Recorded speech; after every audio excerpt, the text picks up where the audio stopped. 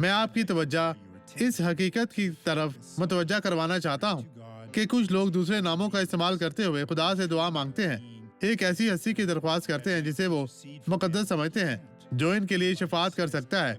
वो नहीं कर सकता। बाइबल कहती है कि इंसान और खुदा के दरमियान सिर्फ शफात करने वाला यीशु मसीह है। लिहाजा हमें उसका नाम पुकारना है और खुदा की हज़ूरी में दाखिल होना है और उसे बताना है कि वो किस तरह हमें हमारी मदद कर सकता है। यशायाह 8:13 में लिखा है, तुम रब्बुल फ़वाज ही को मुकद्दस जानो और उसी से डरो और उसी से खाइफ रहो। कोई दूसरा माबूद नहीं, सिर्फ वही।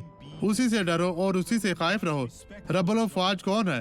खुदाम यीशु। उसी से डरो और उसी से खाइफ रहो। भाइयों, हमें खुदा का एहतराम करना चाहिए। अब ये गवाही देखें और मैं दुआ करने वापस आऊंगा। मुझे 1 साल पहले ज़ियाबतीस की तशखीस हुई थी और मैं मुश्किल चल सकती थी। मैं यहाँ घुटनों में दर्द के साथ रोती हुई पहुँची हूँ। बराए करामा में दिखाया कि आप पहले कैसे चलती थी।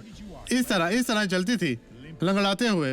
आप मामूल के मुताबिक चले बहन। खुदा ने आपके बरकत दी है, वो आपके साथ है। चलती जाए। अब आप शिफायाब हैं। वापस आए बहन, वापस आए। तेज चलती हुई वापस आए। ये खत्म हुआ मेरी बहन। खुदा आपके साथ है। चलती जाए। अब मैं आपके साथ दुआ करना चाहता हूँ। बाप, तो इन तमाम लोगों को बरकत दे जो तेरी मदद के मोहताज है। दो चुदे पुकारते हैं जो हमारे साथ मिलकर दुआ में शामिल हैं। बदी, तुझे अभी छोड़ना होगा। इन लोगों को छोड़ दे, इनकी जिंदगी से चली जा। मैं तुझे कह नहीं रहा, मैं तुझे हुक्म देता हूँ यीशु मसीह नासरी के नाम में इनकी जिंदगी से चली जा। और आप कहें आमीन। खुदावंद आपको बरकत दे।